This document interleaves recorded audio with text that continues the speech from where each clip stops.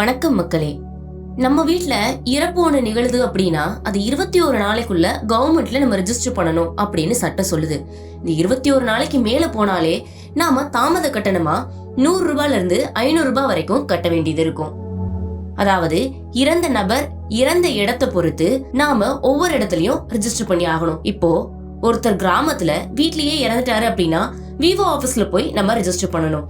இதே இது டவுன்ல வீட்ல இறந்துட்டாரு அப்படின்னா எக்ஸிகியூட்டிவ் ஆபீசர்ட்ட போய் நம்ம ரெஜிஸ்டர் பண்ணணும்.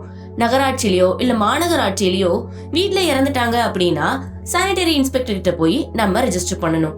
இதே இது ஹாஸ்பிட்டல்ல ட்ரீட்மெண்ட் எடுத்துட்டு இருக்கும் போது இறந்துட்டாங்க அப்படின்னா ஹெல்த் இன்ஸ்பெக்டர் போயிட்டு நம்ம ரெஜிஸ்டர் பண்ணணும். அப்படி நீங்க ரெஜிஸ்டர் பண்ண போகும்போது இறந்த நபருடைய ஆதார் கார்டு, ஃபேமிலி கார்டு, யாரு ரெஜிஸ்டர் பண்ண போறாங்களோ அவங்களுக்கான ஐடி ப்ரூஃப், இது எல்லாத்தையுமே நம்ம விவோ கிட்ட சப்மிட் பண்ணி அவர் அதை வெரிஃபை பண்ணி ஃபீல்டு வெரிஃபிகேஷன்லாம் முடிச்சிட்டு அந்த ரிப்போர்ட்டை பர்த் அண்ட் டெத் ரெஜிஸ்டருக்கு ஃபார்வர்ட் பண்ணுவாரு. இதுக்கப்புறமா தான் நமக்கு டெத் சர்டிபிகேட் வந்து கிடைக்கும். சப்போஸ் இந்த ப்ராசஸ் எல்லாத்தையுமே நீங்க 21 நாளுக்குள்ள முடிச்சிட்டீங்க அப்படின்னா உங்களுக்கு எந்த கட்டணமும் கிடையாது. சப்போஸ் 21 நாளுக்கு மேல, அதாவது 30 நாளுக்குள்ள நீங்க ரெஜிஸ்டர் பண்ணிட்டீங்க அப்படின்னா 100 ரூபாய் மட்டும் நீங்க லேட் ஃபீஸ் கட்டினா போதும்.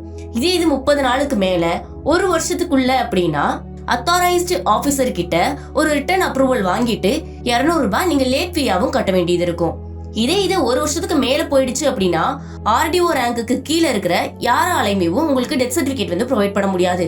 சோ ஆர்டிஓ இல்ல சப் கலெக்டர் இவங்க கிட்ட ப்ரூஃபோட ஒரு மனு கொடுத்து அதுக்கப்புறமா தான் ரெஜிஸ்டர் பண்ண முடியும். இதுக்கு நீங்க 500 ரூபாய் தாமத கட்டணமும் கட்ட வேண்டியது இருக்கும்.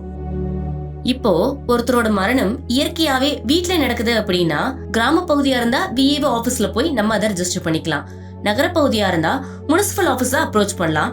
அப்படி இல்லைன்னா இவங்களோட டெத் வந்து நேச்சுரல் தான் அப்படின்ட்டு டாக்டர் கிட்ட ஒரு கன்சர்ன் ஃபார்ம் வாங்கிட்டு மின்தகனம் பண்ற இடத்துல போய் நம்ம கொடுத்தோம் அப்படின்னா அந்த சர்டிபிகேட்டை வச்சு அவங்களே இவங்களோட டெத் இந்த மாதிரி தான் நடந்திருக்கு அப்படின்னு அவங்களுக்கான போர்ட்டல்ல அப்டேட் பண்ணிடுவாங்க.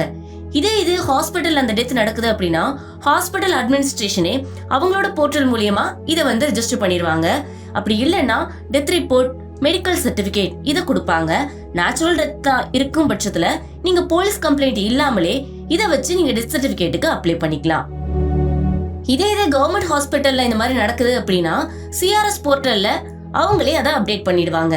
இப்போ ஒருத்தருடைய மரணம் வந்து ஆக்சிடென்ட்லயோ இல்ல அன்நேச்சுரல் டெத்தாவோ நடக்குது அப்படின்னா தாசில்தார் ஆபீஸ் மூலமா மட்டும்தான் நம்மளால டெத் சர்டிபிகேட் வந்து வாங்க முடியும்.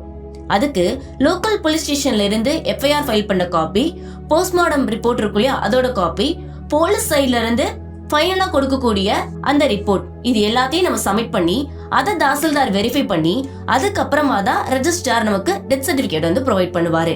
இதே இது ஒருத்தரோட மரணம் சூசைட், மர்டர் இல்லைன்னா மர்மமான முறையில அவங்க இறந்திருக்காங்க அப்படின்னா போலீஸ் மூலமா தான் ஜுடிஷியல் இல்ல ரெவென்யூ அத்தாரிட்டிஸ் வந்து நம்மளால கான்டாக்ட் பண்ண முடியும்.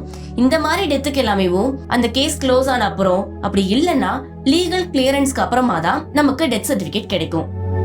என்ன மக்களே, ஒரு இறப்பு நிகழும் போது அதை எங்க ரெஜிஸ்டர் பண்ணணும், யாரை அப்ரோச் பண்ணணும், என்னென்ன டாக்குமெண்ட்ஸ்லாம் உங்களுக்கு தேவைப்படும் அப்படிங்கிற மொத்த டீட்டெயிலுமே இந்த வீடியோல நம்ம தெளிவா தெரிஞ்சுக்கிட்டோம்.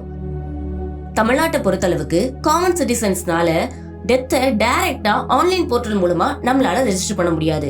ஆனா ரெஜிஸ்ட்ரேஷன்லாம் கம்ப்ளீட் ஆகி ஃபைனலா வரக்கூடிய டெத் சர்டிபிகேட்டை ஆன்லைன் போர்ட்டல் மூலமா ஈஸியா நம்மளால டவுன்லோட் பண்ணிக்க முடியும்.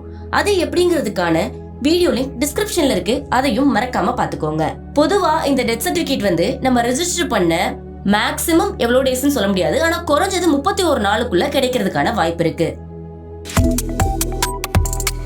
Subscribe to One India and never miss an update.